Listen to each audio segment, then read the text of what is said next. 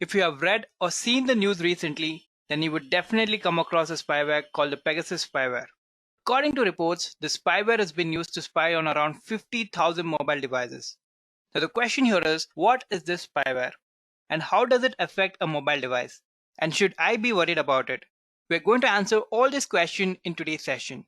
Hey guys, welcome to this interesting session on Pegasus Spyware. Now, before we start talking about Pegasus Spyware, let us first understand what is a spyware.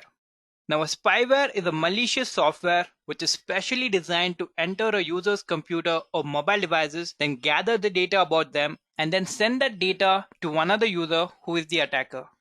One such spyware which is creating panic among people is a Pegasus spyware. This Pegasus spyware is capable of reading your text messages, reading your contacts, tracking your call history, turning on your cameras and microphone, and then it can also access the photos in your galleries and all the files in your phone. It can also turn on your GPS and find your location.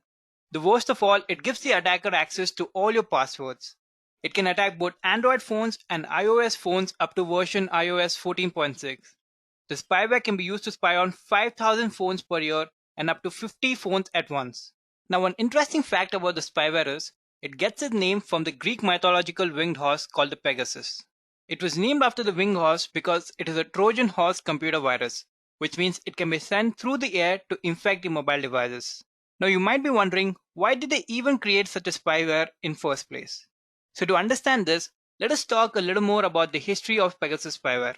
Pegasus spyware were developed by an Israeli company called the NSO Group. Now NSO stands for the starting letters of the name of the three founders, who are 𝐁𝐝-𝐻𝐿, Shalev Julio, and Omri Levi. NSO claims that they have created the spyware exclusively for government intelligence and law enforcement agencies to fight crimes and terrors. For example, it can be helpful in finding car bombs or suicide bombers, stopping drug trafficking, finding kidnapped children, and so on. But report says that the spyware has been used to spy on other people also. But we will get to this in some time. Let us first see, how does this spyware work? Now, as I've told you before, when a spyware attacks a system, it can collect all the data and password and send it to the attacker. Now, how does this infiltrate your mobile? So this Pegasus spyware is linked to an email or a text message, which is known as the carrier of the spyware.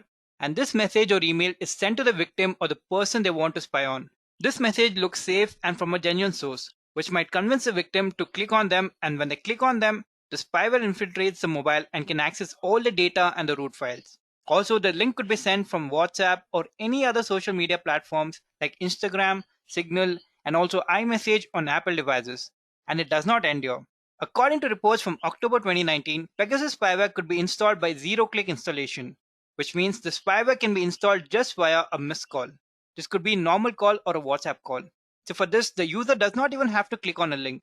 If the attacker has the victim's phone number, then that's enough to infiltrate the victim's mobile, and the victim will be unaware of this.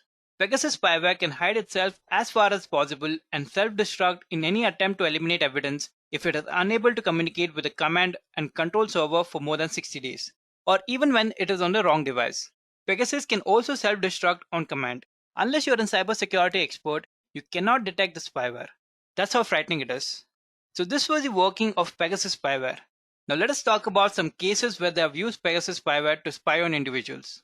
According to a report in 2020, a list of 50,000 phone numbers was leaked to Forbidden Stories and Amnesty International, which contained the list of phone numbers of people who were the people of interest, which means these were the people who were spied on or might be spied on using the Pegasus spyware.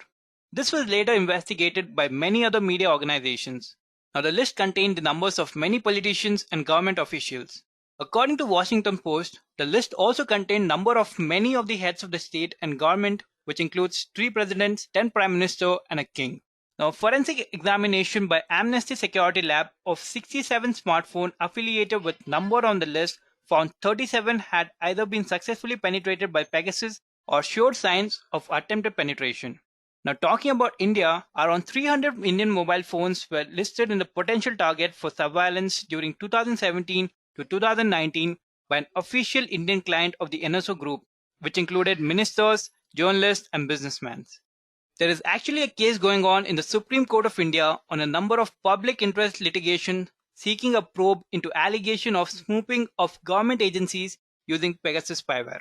Another case which occurred in May 2019 was WhatsApp said that Pegasus has exploited a bug in its code to infect more than 1,400 Android phones and iPhones, which included those of government officials, journalists, and human rights activists.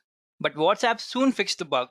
Pegasus Spyware finds such vulnerabilities and then attacks them.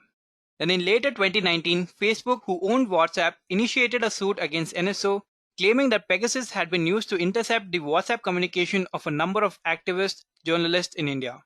Phone numbers of Indian ministers, opposition leaders, ex-election commissioners, and journalists were found on the database of the NSO hacking target by Project Pegasus in 2021. Independent digital forensic analysis conducted on 10 Indian phones whose numbers were present in the data showed the signs of either an attempted or successful Pegasus hack. Talking about the next case, French President Emmanuel Macron has changed his phone and also his phone number after reports said that he was targeted and spied on using the Pegasus spyware. He also ordered an overhaul of security protocols. A report suggested that he and 14 French ministers were flagged for potential surveillance by Morocco. Now, talking about another case published by the Amnesty International, during the investigation, evidence has also emerged that the family members of Saudi journalist Jamal Khashoggi were targeted with Pegasus software before and after his murder in Istanbul on 2nd October 2018. So these were some of the cases on how Pegasus spyware is being used. Now you might get this question that, is my phone on risk or is there any chances my mobile phone is being spied on? So usually what we have known as this Pegasus spyware has been used to mostly spy on media professionals, social activists, ministers, but it is unlikely that the average citizens will be spied on. Also, WhatsApp stated that everyone who was infected by the spyware has been sent an alert message. So if you haven't received one, then you can be assured that your mobile phone is not infected by the spyware, at least through WhatsApp. Also, WhatsApp released an update that will prevent infiltration by Pegasus spyware. Now, the Pegasus spyware is a private spyware, which means it's owned by the NSO group, and it is very unlikely to find the spyware on the dark web. Also, NSO group charges thousands or millions of dollars for a single license, which can be used to infect several smartphones and can cost up to 70 lakhs.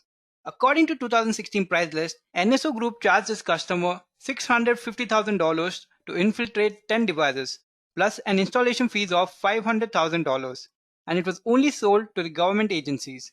So it is extremely unlikely that anyone would get access to this and infiltrate normal citizens' mobile devices. But still, there are certain precautions you can take to keep your mobile phone safe from attackers.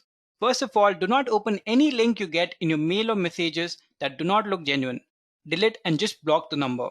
The next tip is applications like WhatsApp, Instagram, Facebook improves the security features in most of its updates. So regularly keep updating your apps. Third, use strong passwords for all your accounts and two-factor authentication for all your accounts, especially important ones like your Apple ID or your Google account. The next tip is protect your device with a strong and complex password or PIN. Do not use any simple name or pattern, which might be easier for the attacker to crack. The next step is download application only from the official Play Store or App Store. Be careful of the files you download from the internet, especially from the unreliable source or from a not secured website. Next, do not give permissions to mobile apps if they seem excessive. You can always grant permission later if they are really important. The next step is use a reliable security solution which is easily available on the Play Store. These apps keeps regularly checking for any malware or virus in your mobile. And the next precaution you can take is using a VPN. Now, VPN or a virtual private network will encrypt all the traffic between your phone and any online resources that you're accessing. Whether that can be your email account, social media, or a website you're visiting. It can basically hide your location. So these were some of the tips you can follow to secure your mobile devices. And with this, we have come to the end of this video. I hope it was helpful. Do leave your valuable thoughts in the comment section below. And also let us know if you want more videos like this. Happy learning!